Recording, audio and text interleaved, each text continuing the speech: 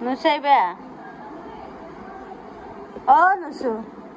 কি হয়েছে আইসকানের রঙে মনে রং লাগছে এই নুসু হুম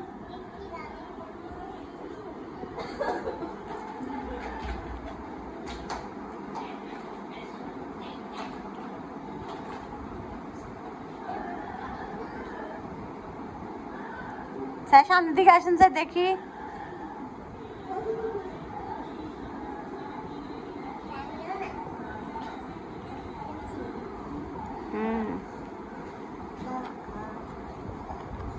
সবকিছু কি পছন্দ হয়েছে